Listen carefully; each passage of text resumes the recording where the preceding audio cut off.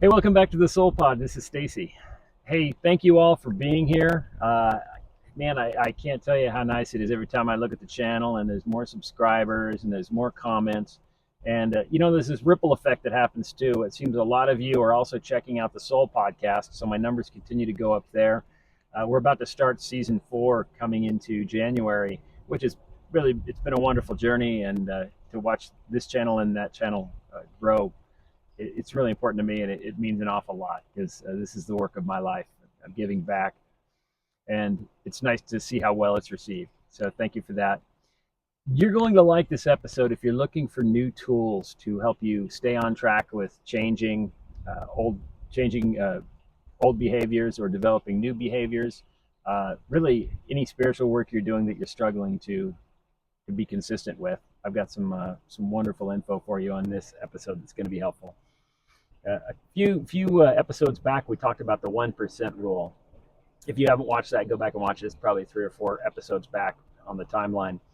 And the 1% rule is important because we can make small adjustments in our life, and we can stick to those. And it's not that hard. It's when we try to make like a massive change in our life and try to stick to it that's more challenging.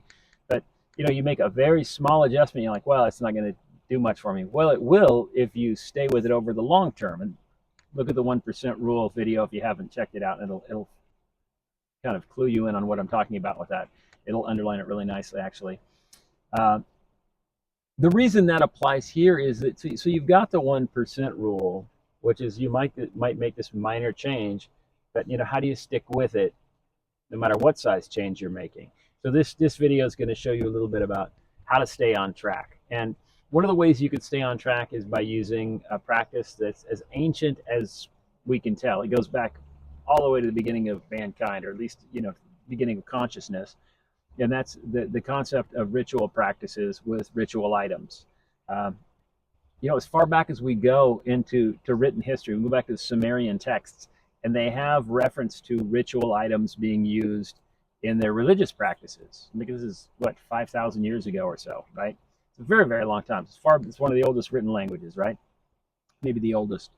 And then you go back even further than that, 35,000 years or so, and they're burying people with grave goods. So we knew even then that items had ritual significance, or at least some sentimental significance to people, even 35,000 years ago. Now this is 35,000 years. If the average age is 55 to 60 over that period of time, more now, it was less then, that would be about 600 human lives back to back to back. So if you have like 3 generations of family, mother, child, grandchild, that's 3 lives. I think 600 lives that far back. We still cared about ritual items and items of emotional significance. And let me get into why that's important.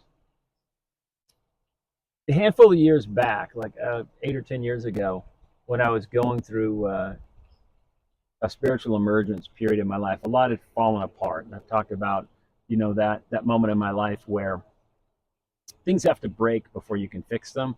And sometimes they got to break pretty hard. And I had a period of time where I went through an awful lot of loss in a very short period of time. And it left me staggered in trying to find balance and trying to figure out how to put it all back together again. And I had, by chance, ended up going to this weekend retreat. And I walked away with, one of the things I walked away with that weekend when I got back was this idea that I had lost contact with my inner child. I've always been a very playful person. And I realize now how fortunate that is, because not everybody is. But I think maybe it's because I was the youngest in my family, so I was always a little bit of a show off and, like all those things. And I had lost that, during a 15-year difficult marriage and other things that happened in my life, a lot of loss. And I thought, well, how do I get that back? How does one go about getting back something like your inner child when it's been stifled? And remember, I was settling in after coming back from that retreat and sort of pondering that idea. How do I go about getting that back? I mean, there's no book to read, there's no course to take. How does one do that? And one of the things I used to do to sort of relax and feel a little more joy was I would take my dog Skittles to the dog park and let her run around, because there's something about her joy that always made me joyful. It brought out that, it made me happy and it made me smile, and it was just good for my heart, right? And so I took Skittles to the dog park, and I was sitting on a bench in the sun, just kind of watching her have a ball. And I noticed this little kid way off over near the fence, probably about 3 years old, and he's just playing in the dirt, and he keeps finding little rocks. And he's just so happy. Every time he finds another rock, he's just so happy. Like just, and I was thinking, man, yeah, that's what I need to get back to, some of that, you know? And then right about then, that little kid, he looks up and he gets eye contact with me. He comes beeline straight for me across this park, and he hands me a pebble. Just put my hand out, he drops a pebble in my hand, about the size of a peanut. And it's all dirty and covered with gunk, and he looks at me and he's just joyful. And I said, thank you. And he just turns and goes. That was so special.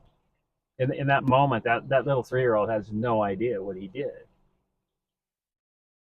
He gave me a rock. This rock stayed in my pocket for many years. I realized in that moment that this was a talisman, a reminder, a touchstone, that every time I came across it, it was to remind me to stay in touch with my inner child, to let him out, to let him out, to let him out. And it stayed in my pocket for 3 or 4 years, to the point where it's no longer dirty, it's shiny from my fingers touching it so much. And then one day, after losing it several times and finding it several times, it always made its way back to me. I finally put it away.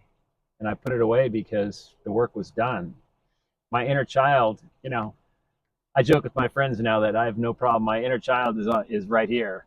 My outer adult that I struggle with sometimes, But it's the gift of a 3-year-old who had no idea, or maybe, who knows, maybe he's a divine spirit who was showing up at that moment to go, by the way,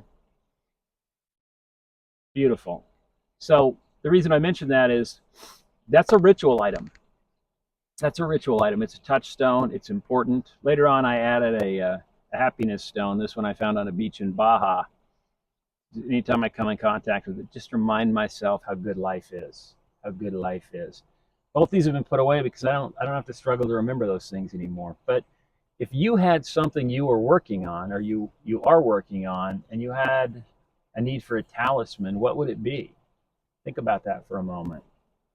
You see, this is the idea of a talisman. It's all over our culture, by the way. It's in literature. It's in pop culture. There was in the book by J.D. Salinger, The Catcher in the Rye, there's a character, Holden Caulfield, who carries around a baseball mitt of his brother who died. And he said that sometimes he'd just hold it to feel him there. Let's look at other stuff. J.R.R. Tolkien's Lord of the Rings, my precious. You've got this ring that Smeagol has that it's, at first he sort of worships it, and then it becomes his comfort item to the extent where it basically owns him. We never want to get that bad. We never want it to own us. We want to own it, and when it no longer serves us, we can put it away. But these are all over the place. I mean, Tom Sawyer. Tom Sawyer had a bag full of marbles and trinkets he called it his treasure bag, right? That he carried around with him. Linus in the Charles Schultz cartoon, Peanuts. He had his happy blanket, right? Like his security blanket. Winnie the Pooh had his bucket of his honey pot. And there's countless examples throughout literature, history, and pop culture. It's so common, it's hiding in plain sight. And it's sort of important, I think, to have these things. So if you are doing work, what's your touchstone? What's your touchstone going to be? What do you have that you can carry with you to remind you of the work you're doing, that when you come in contact with it, it underlines for you the work you're doing. I had my inner child stone. That's what I came to call it. And it was always a reminder to let him play, let him play, let him play. So I had the stone and I had the mantra, let him play, let him play. Boy, he plays. And my happiness stone. It's all good. It's all good. So, what have you got? What have you got that you can drop in your pocket, drop in your purse, hang around your neck like a talisman, so that every time you see it, feel it, touch it, smell it, it reminds you of the work you're doing? It's that 1% rule.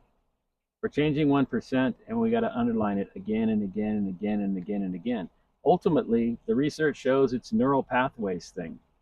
There's been tons of research around this with neuroscience to actually measure the brain when people are using ritual items. And it actually lights up different parts of our brain that are connected to empathy and other great emotions. I'm going to do a full episode on this on the Soul Podcast that dives a little bit deeper. But think about this today. What can you use to underline the work you're doing? Look for your touchstone. Go out and keep your eyes open for it. Maybe it's a 3-year-old that'll walk up and hand it to you. Maybe you'll have to lean down and pick it up yourself, like I did with this stone on a beach in Baja. But watch for your touchstone. Underline your work. Keep moving forward. You've got this. I'll see you on the next video. Thank you for being here. If you have a practice you currently use, share it with us in the show notes. If you've had an interesting story like mine, a 3-year-old angel show up and hand you a rock, I want to hear that too. These are good stories. I'll talk to you on the next video.